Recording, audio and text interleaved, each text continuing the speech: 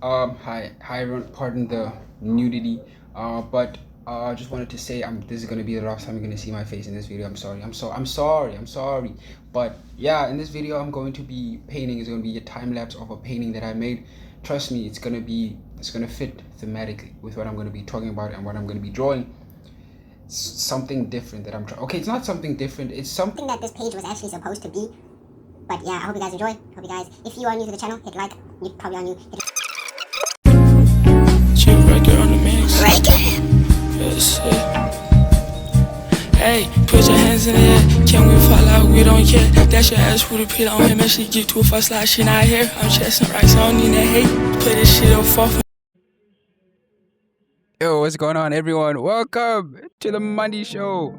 I have a very special episode for you guys today. I'm going to be drawing the album cover of Frank Ocean's Blonde, but also I'm going to be talking about one of my favorite songs on the album, which is White Ferrari, which this is one of those songs that has always stuck with me. And obviously the music is good, but also just because of the emotion behind it.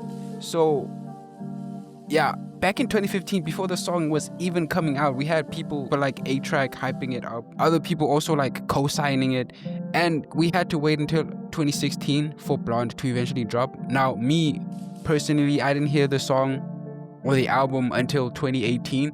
And honestly though, when I did finally hear it, it's one of those albums that I can say changed how I listen to music, because it influenced my taste in a way that very few projects before it ever have.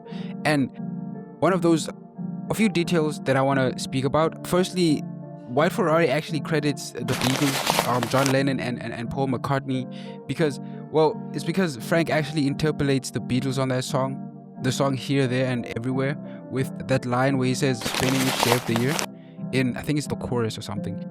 Frank has always been open about how much the Beatles influenced his songwriting, which is really cool, paying homage and giving his predecessors their flowers. He even said that they helped him get through the writer's block while working on Endless and Blonde, which I think that's a crazy full circle moment when you really think about it. Even the artwork of White Ferrari has a story.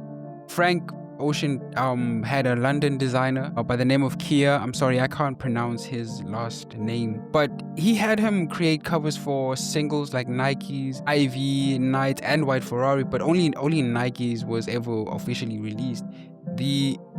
I'm gonna show you guys the album cover.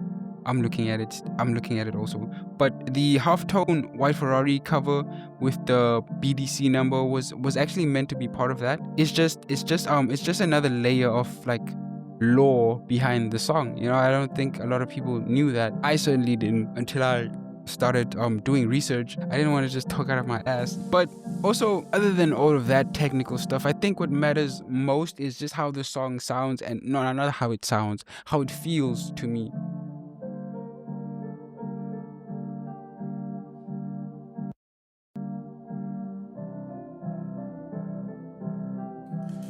White Ferrari has never really been about complicated metaphors. To me, it feels straightforward, as straightforward as it can get.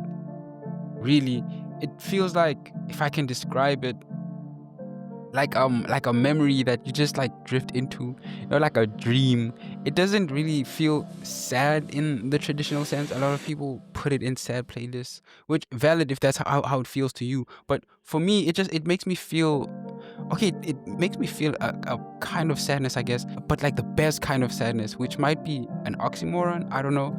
It could be, because see, nostalgia, I always understood nostalgia as like being sad about good times in the past, which is, you can see how that can be ironic, right? How that can be conflicting. More like being sad about like the fact that like you'll never be able to experience something like that again, or you'll never experience it the same. It'll never be the same. So it's like trapped in time, you know?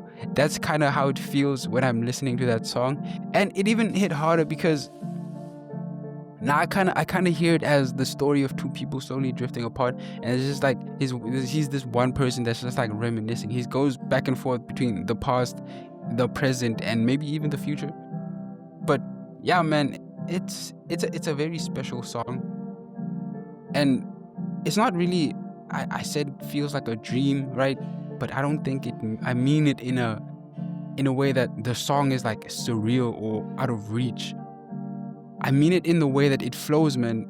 Like there's moments where it's quiet, or there's moments where it's like fleeting, and there's moments where it's just like Frank being fragile. And when I first heard the song, again, like I didn't really feel sad. Like, do you guys relate to that? Like that type of feeling where you're smiling even while you remember something. Like, I don't know, even though like it hurts just a little bit, right? Just that piece of like not being able to go back. Maybe you remember something from when you were a child. You know you'll never be a child again, right? But you're smiling because it's still like a sweet memory, right? I don't know. But now that I'm older, the song does hit a bit differently, right? It's not like, I don't know, it's very calming, it's very soothing. Even in the way that the lyrics, not the lyrics, the instrumental is very like stripped down in a sense, right? But also about the things that Frank talks about. He talks about like not saying what he should have said, keeping his mouth closed.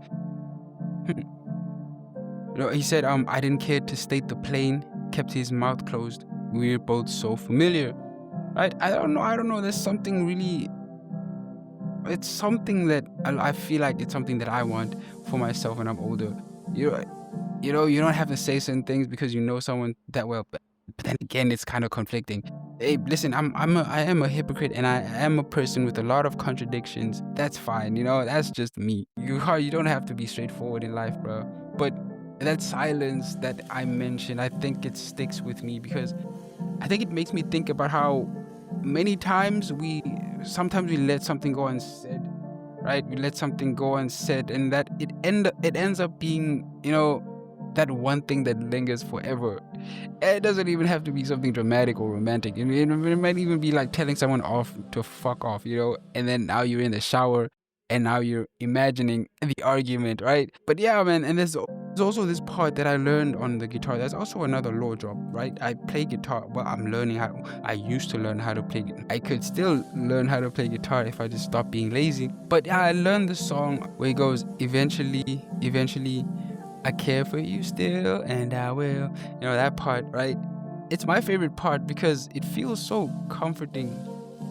Like, imagine someone telling you they'll care for you no matter what, bro. Imagine hearing that from someone that you care about. It's so simple, but it warms your heart, right? And also even the line where he says, we got so familiar. Man, that's something, man. That's also something. To have someone that you're close with, so comfortable around, and that you don't have to pretend to be anyone else just to be known. It's a kind of intimacy that the song really captures. It's one of those it's one of those things that makes this album very special, very like generational. Just the things that he talks about, the way that he sings about these things, just how everything comes together to just be this one solitary unit of storytelling. It's just very beautiful. And what's beautiful is that the song doesn't stick to a chorus or like a predictable structure. It feels like it's like separate reflections, and they're all just like stitched together.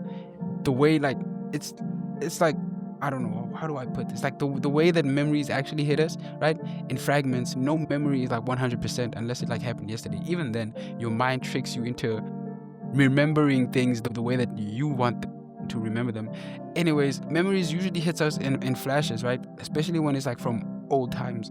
And by the end of the song, by the end of it all, he's talking about other dimensions. I think there he's speaking from the perspective of his passenger, right? But be that as it may, I think by the end of it, right, about mind over matter and being primal and naked, it feels like now there's like this sense of something being let go, something being released. Like he's zoomed all the way out from the relationship and just like accepting life as it is, or whatever the situation, right? Either way, bro, I think lyrics and songs are all like, it's all subjective, it's all open to interpretation, obviously. But I think that, pardon me about that, for me, White Ferrari is about, how everything, all those emotions feel in hindsight when you're looking back, like rare, valuable, but fleeting. And I don't think that it's a song about being bitter, Rather, I think it's a song about remembering something that mattered, something that was important to you.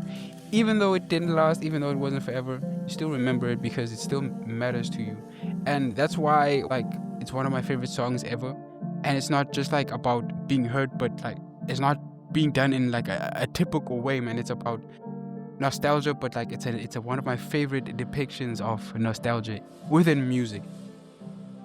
It being the best kind of sadness, and sometimes that's exactly the kind of feeling you want to sit with for just a little longer.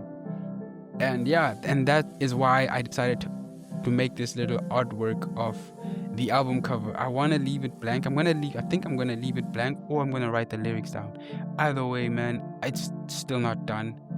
Everything is a work of art. It's gonna take up time. It's not gonna be finished in one go. Even myself, I am a work of art, and I'm still sculpting myself. I am both the marble and the craftsman or whatever, bro. I am both the canvas and the painter. Right? I'm painting myself, I'm drawing myself, I am sculpting myself. So by the time I don't think I'll ever feel like I'm a work of art, but which is fine. It's cool, bro. It's part of life. But yeah, still watching. Thank you for watching, and I hope you enjoy. If you haven't listened to the song, go ahead, go listen to it. It's one of the best songs I've ever listened to. I hope that you enjoy it as well. Bye.